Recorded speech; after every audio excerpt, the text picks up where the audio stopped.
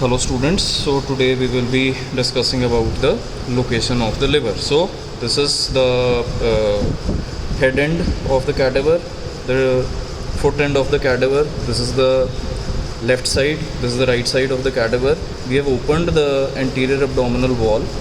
Here you can see this was the greater omentum, which covers the small intestine and all the contents of the greater sac as an apron. And if we pull it upwards, then we start seeing the coils of the intestine. Okay, so but before that, now this is the right costal margin, this is the left costal margin. So the rough location of liver is, it is occupying most of the right hypochondrium, which is under cover of the lower right rib. So if you remember from the lecture, the right part of the anterior surface is in relation to the 6th to the 10th rib, so the lower ribs on the right side, whereas on the left side it is in relation to the 7th and the 8th costal cartilages, and there is a triangular area in between which is in direct contact with the anterior abdominal wall. It is this area, right? Now what I've done is I will be removing this anterior thoracic wall. I have cut it in the anterior axillary lines here, and if we just remove it like this and place it right, so now you are seeing this is the diaphragm, this is the left side, this is the right side of diaphragm, this is now the thoracic cavity has also opened. You are seeing the right lung, the left lung, and this is the heart. Somewhere here is the apex of heart. Now you can see that these all are resting on the top surface of diaphragm, and here you see, if I retract the diaphragm upwards, here you see this is the liver. So most of it is occupying the right hypochondrium, which was somewhere here, right? So most of it is occupying the right hypochondrium, and this part is lying in the epigastrium, and a very small part extends into the left hypochondrium, right? Now you see this structure. This was uniting the anterior surface of liver to the posterior surface of anterior abdominal wall, and later to the inferior surface of diaphragm. This is the falciform ligament or the sickle-shaped ligament. This part of the ligament I have lost, but in its lower free border we have something called as the ligamentum teres, which we will be discussing later on, right? So this all is the location of liver, and this viscera is the stomach. So you can see that the posterior inferior part of the left lobe, it comes in relation to the fundus, the uppermost part, fundus, and the body of stomach, right? Now if I remove the liver from its in situ place, right, so this is the liver here, or just focus here. So this was the stomach. This, you see, this bile stained area, this is the first part of duodenum, which is usually stained because of the overlying gallbladder, right? And this is your hepatorenal pouch. Now this is actually a very narrow space because the liver is occupying the interior part of it, but somewhere here in the depth is the right kidney. It is not visible, but this is the posterior part of this is the right posterior subhepatic space, or the hepatorenal pouch. Now this was, I am putting my finger in the inferior vena cava. I have cut this part of inferior vena cava has now come here along with the liver on the posterior surface of the liver. Now my finger is within the inferior vena cava, right? So liver sits right in front of this uppermost part of abdominal part of inferior vena cava, right? What else can we see here? Now this is the right dome of diaphragm, right? So liver, the right anatomical lobe of liver sits under the right dome of diaphragm, and this one is the left dome of diaphragm, and the left lobe of liver partly sits under the left dome of diaphragm, and this is the central tendon. Even here you can see, if we focus here, you can see these are white fibers. These are muscular fibers. These are the white fiber. This is the central tendon of the diaphragm, directly above which sits the heart, and that is responsible for, if I again place the liver here, you can see that the heart is coming in relation to, actually in this particular patient, the left lung is not coming in relation to the liver, only the heart. So this part is totally related to the heart only, because the liver is transversely not so wide.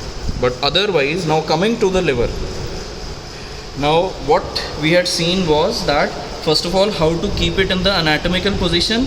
we identify this groove for inferior vena cava. Sometimes inferior vena cava has been removed from the liver, but this groove will always be present. So you have to keep this groove vertical and towards the posterior aspect, facing towards you, right? So this is the anatomical position of the liver. Now discussing the borders and surfaces. First of all, the surfaces, this is the anterior surface, this is the right lateral surface, then this is the superior surface, then this is the posterior surface, this is the inferior surface.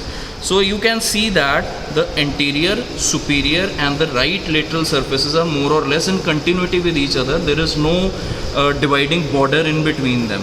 Whereas this one is on the left side, this is very sharply defined, but on the right side it is not very sharply defined. This is the posterior-superior border.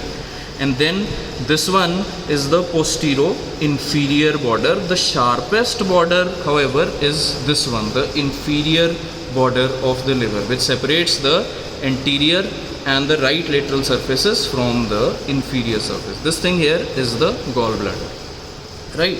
And posterior-superior border separates the superior surface from the posterior surface, and posterior-inferior border separates the posterior surface from the inferior surface, right? So this is all about the borders and the surfaces. Now you have a look at these various ligaments and their reflections from the liver. So we know falciform ligament connects the anterior surface of liver to the posterior surface of anterior abdominal wall and then to the underlying surface of the diaphragm.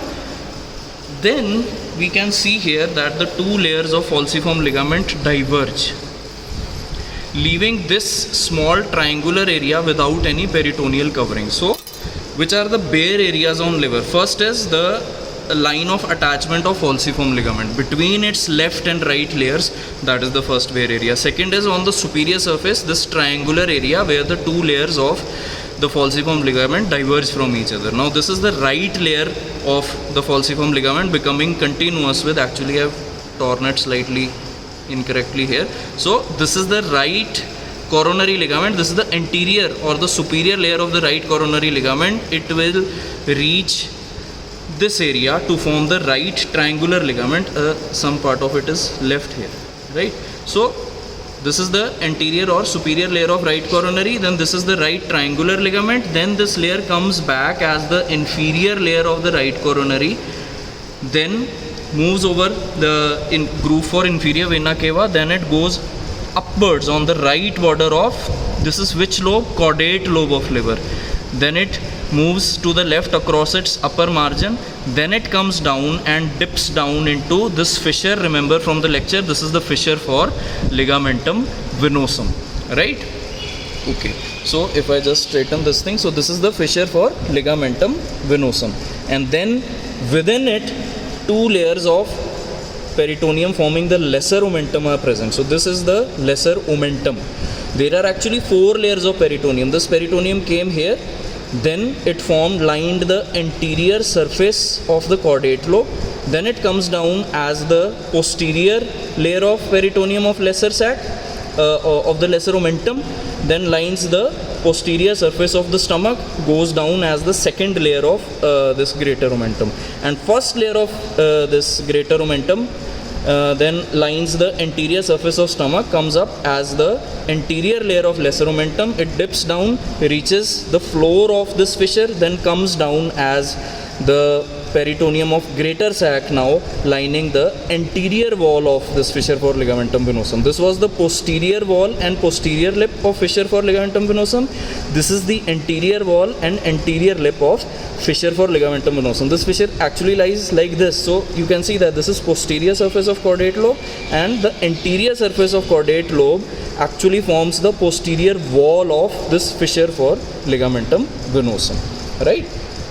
Okay, then so this was the lesser omentum, and then this is the remaining part of the left lobe. We will come to the anatomical and the physiological left lobes later on. Okay, so I will come here again, keep recording like this. Now this is the porta hepatis, right? And this is the L-shaped attachment of the lesser omentum. So this is the gastrohepatic part, or the gastrohepatic ligament, which forms the left part of the lesser omentum, and this is the gastroduodenal ligament, and this forms the right free margin of the lesser omentum, which is attached to the anterior and posterior lips of porta hepatis. Now I have cut a large part of lesser omentum along with the liver to show you the contents of right free border of lesser omentum, which are posterior most is the portal vein. Remember how to identify portal vein? It is the widest one and the posterior most structure. Look at how wide this thing is. Whereas these two are the left and the right hepatic arteries. Just below porta hepatis, the proper hepatic artery, if I had cut the lesser omentum slightly below this level, then there would have been a single proper hepatic artery. But since I have cut it close to porta hepatis, the proper hepatic artery has already divided into its left and right hepatic arteries. They are going to enter the porta hepatis, and then we can see the cystic duct and the common hepatic duct. These have not yet united. If I had cut it down at a lower level, then the cystic duct would have united with the common hepatic duct to form the common bile duct, right? And now this relation, you see, this relation is present in the right free border of lesser omentum, that is portal vein posteriorly, proper hepatic artery or its branches towards the left side, and the common hepatic or the common bile duct towards the left side. If we had cut it right next to the porta hepatis, then you will see the arrangement is from posterior to anterior there is portal vein, then branches of hepatic artery, and then the two hepatic ducts, they come in front of the branches of the hepatic arteries. And we should also always mention the two other components which enter or leave the liver, that is the lymphatics, they leave the liver, and the hepatic plexus of nerves that enters the liver through the porta hepatis.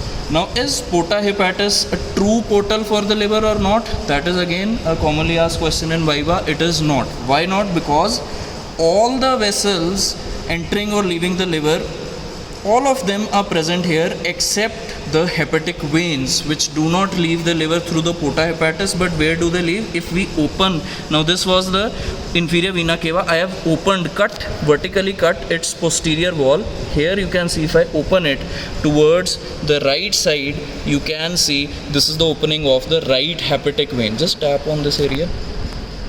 Right, now you can see this is the opening of the right hepatic vein. If I put my forceps within it, now you can see that roughly it is going in which direction? It is going in the direction of the right portal fissure, right? We will come to that later on, but now the forceps is lying within the right hepatic vein. If I show you again, then there is an opening of the middle hepatic vein. Is it visible? Yes. So the middle hepatic vein. Now this is lying in line with the orientation of the main portal fissure, in which the middle hepatic vein lines, that coincides on the surface with the Cantley's line. Cantley's line is also called as the cholecystovena cava line, because it extends from the cystic notch, from where the fundus of the hair, the gallbladder is actually very enlarged. This was the cystic notch. So from cystic notch to the top part of groove for inferior vena cava, this is the Cantley's line on anterior surface, whereas on posterior surface it passes through the middle of the groove for inferior vena cava and the cystic fossa. Right, so the middle hepatic vein lies in the main portal fissure, and the main portal fissure on the surface coincides with the Cantley's line. It is this thing which divides the liver into the functional or physiological or surgical right lobes and left lobes. The falciform ligament and these two fissures, the fissure for ligamentum venosum and fissure for ligamentum teres, this one, they divide the liver into anatomical left lobes. So towards the left side of this falciform ligament, this is the anatomical left lobe, this is the anatomical right lobe. Now between Cantley's line and this falciform ligament, this part, this belongs to the right anatomical lobe, but actually functionally this is supplied blood by the left branch of portal vein and the left hepatic artery. So this functionally belongs to the left functional liver or the left surgical liver. So this is actually the segment 4. I will be coming to the segments later on. And then finally we can see the opening of the left hepatic vein as well. This you see points towards the left portal fissure, behind which lies the lateral sector of the left functional lobe, which consists of segment 2, and in front of which lies the medial sector of the left functional lobe, which consists of segments 3, 4 and 1 posteriorly, that is the caudate lobe. Right. Okay, so inferior vena cava, hepatic veins, they leave the liver through the this groove for inferior vena cava, and they drain into the anterior aspect of inferior vena cava. That is why porta hepatis is not a true portal, right? And another important thing about the hepatic veins is that since they are coming from deep within the liver, they are acting as nails dug into the substance of liver, and hepatic veins hence act as the main support of the liver. Now look at where it is lying in the abdominal cavity. It is lying somewhere here. Now if when the patient is standing up, the liver would tend to fall down into the abdominal cavity. What keeps it fixed in the upper right part of abdominal cavity? The primary support are the hepatic veins, which are, inferior vena cava was lying right here, which I have cut off along with the liver. So hepatic veins are like nail dug, right hepatic vein going here, entering into inferior vena cava, middle hepatic vein and left hepatic vein. So they keep bound the liver to the inferior vena cava. Right. What are the other supports of liver? The primary supports of liver, in addition to hepatic vein, include the coronary and the triangular ligaments. Right. The secondary supports are what? The viscera which are lying beneath the liver. That will be the right kidney, the right suprarenal, the first and second parts of duodenum, right? Which prevent the liver, which are acting as a platform for the liver to lie on, right? And the tertiary support, or the least important support, is the falciform ligament. So you mentioned this in the end. The most important support or primary supports are the hepatic veins and the coronary and the triangular ligaments, right? So now we have talked about the anterior surface, the right lateral surface. Now if we come here, just come here and I will just show you what was that clinical significance for liver biopsy. Now this is diaphragm, right? This also is the diaphragm, but between the ribs and the diaphragm lies the lower part of the right lung up to the 8th rib. It is coming slightly above that in this particular case, and then below that there is a recess of the pleural cavity. There is parietal layer of pleura, not visible here.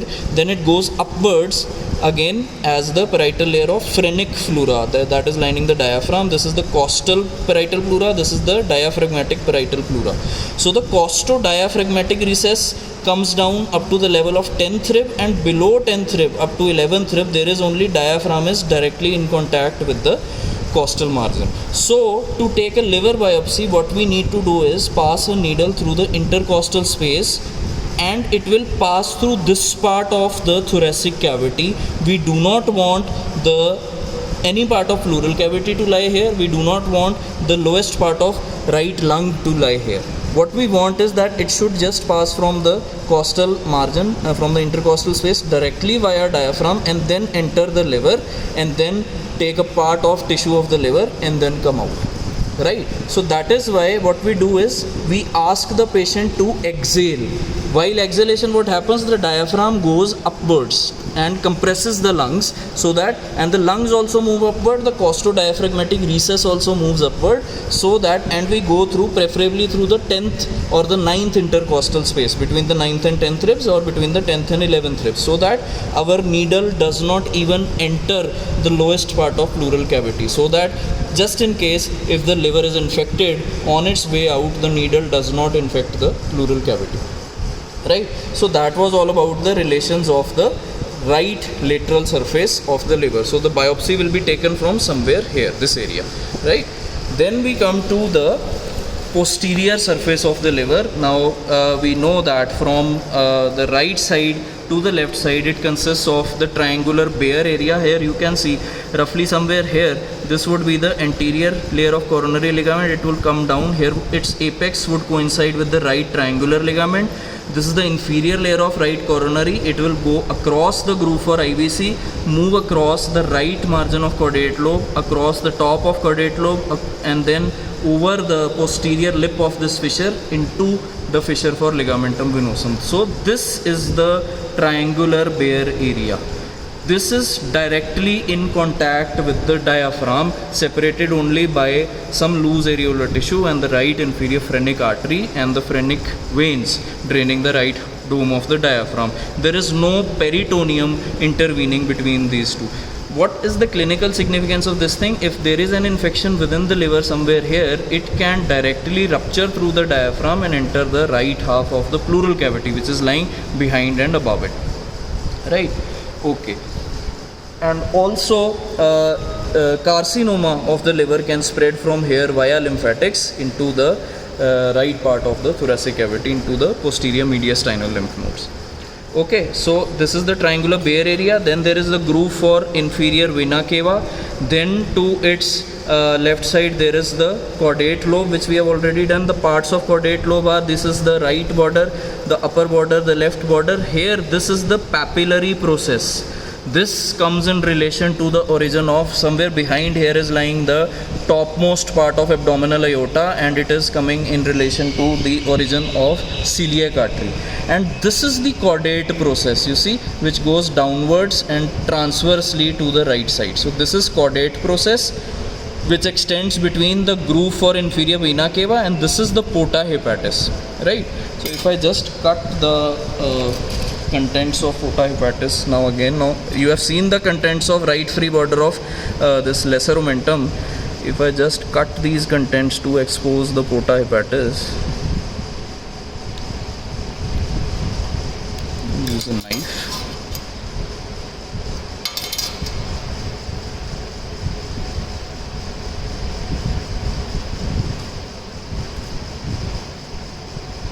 Right, I will be leaving the bile ducts.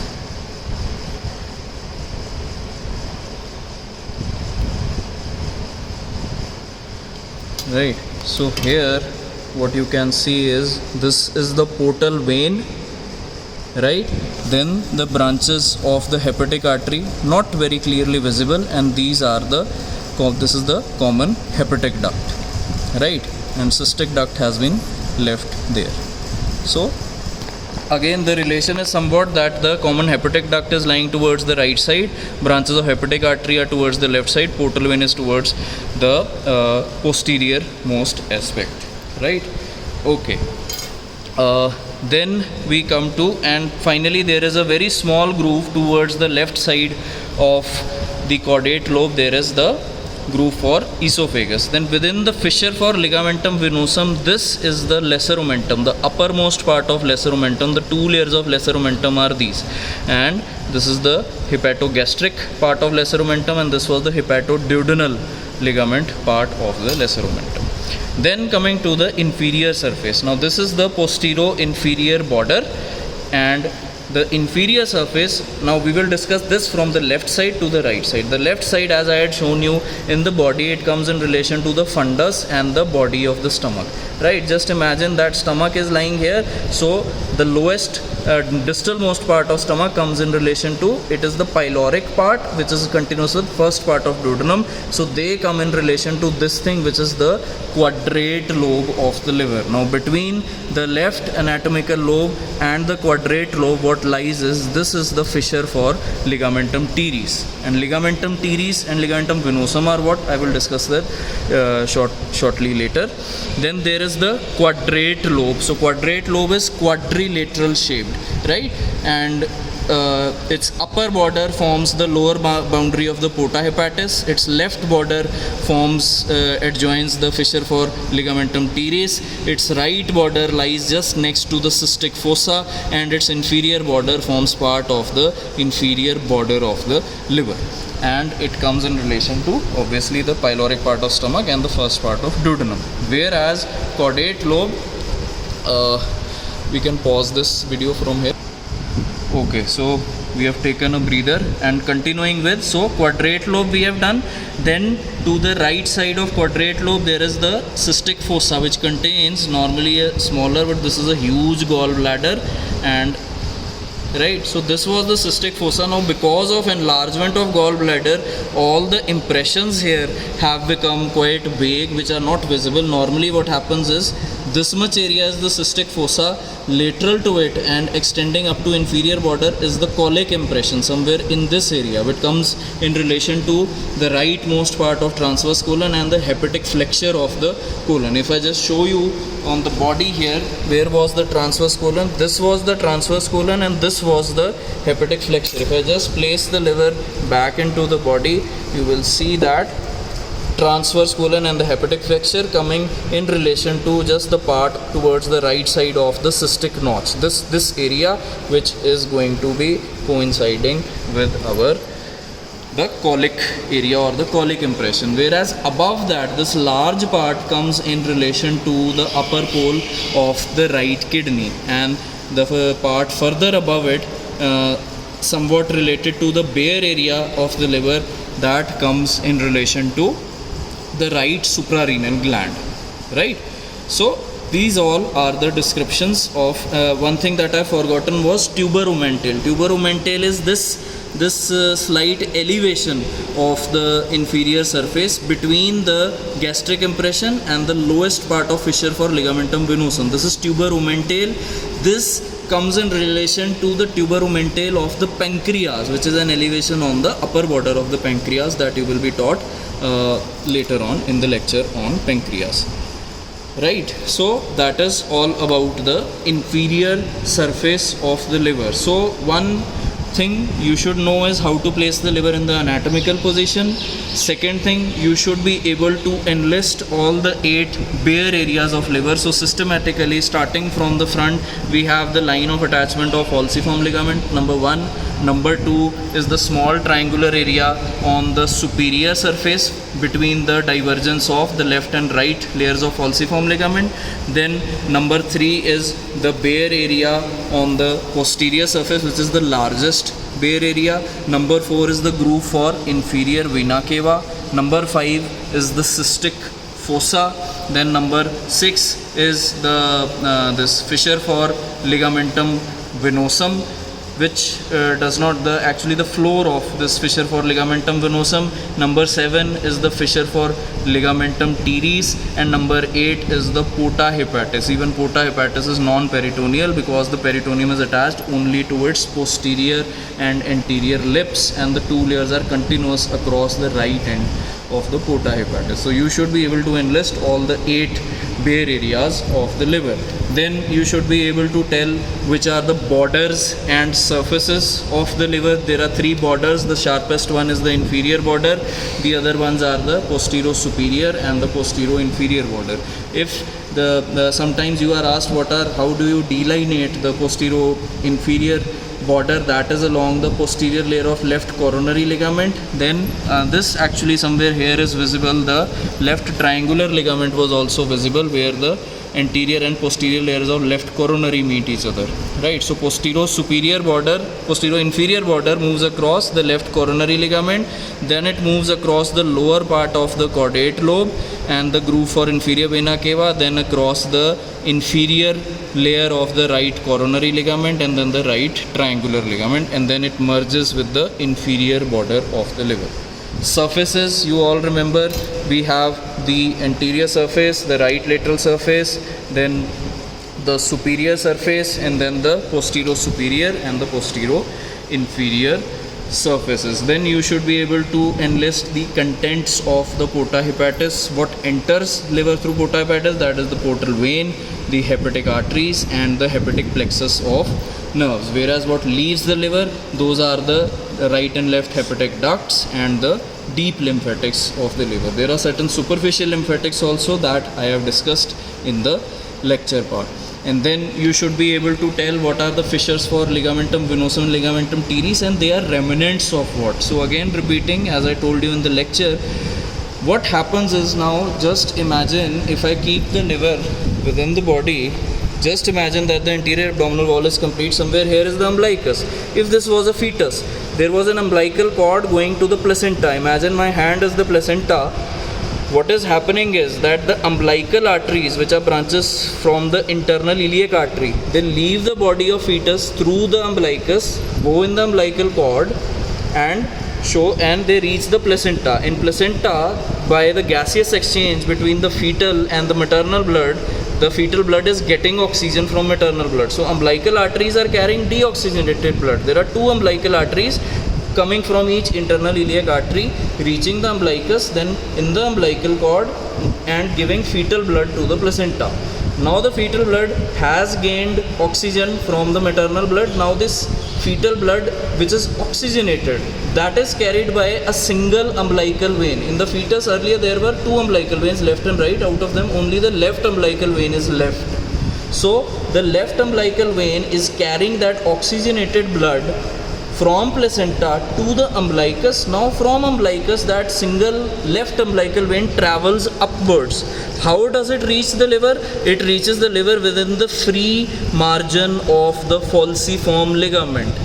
So the free margin of falciform ligament in a fetus contains the left umbilical vein. In an adult, that left umbilical vein is obliterated to form the ligamentum teres. Actually, in most of adults, even that vein is not obliterated, it is just closed, and it can be dissected and accessed to gain access to the left branch of portal vein. Right, so that fissure for ligamentum teres is containing that terminal part of the left umbilical vein. What happens to that left umbilical vein is now coming back here. So that left umbilical vein has passed through this fissure for ligamentum teres, enters the liver, and opens into the left branch of the portal vein. Right, from that left branch of portal vein within the liver I am talking, there is a channel, venous channel called as ductus venosus, which takes that oxygenated blood directly from left branch of portal vein to the terminal part of the left hepatic vein, or directly into the inferior vena cava, so that this oxygenated blood has bypassed the hepatic circulation, so that liver does not suck out all that oxygen from the fresh oxygen coming from the placenta, but that oxygenated blood enters the inferior vena cava and enters the fetal heart, from where via something called as fossa ovalis it will enter the left atrium. That part will be told to you in fetal circulation, but that ductus venosus in the adult remains as the ligamentum venosum, and that remnant forms and it lies in the floor of the fissure for ligamentum venosum. So you should know what is ligamentum teres. It is the remnant of the left umbilical vein, and ligamentum venosum, it is the remnant of the ductus venosus, which was present in the fetus. These are the very important channels for carrying the oxygenated blood from placenta directly to the heart, bypassing the hepatic circulation. Right? Okay, so anything left? Now one thing that I've left is that liver has huge regenerative power. So what is usually done in liver transplant, in living donor transplant, suppose even if we remove the entire right functional lobe of liver, this part of liver can regenerate from the remaining part of liver. This much of liver we can remove from a patient, obviously after immunological matching that involves HLA matching, blood group matching, and all sorts of matching. This part of liver can be removed from the donor and it can be implanted into the recipient. Right, so there are certain variations of the hepatic arteries which the surgeon has to keep in mind while harvesting the right half of the liver. Usually the right half is harvested and left half is kept in situ. Right, so that is all about the liver.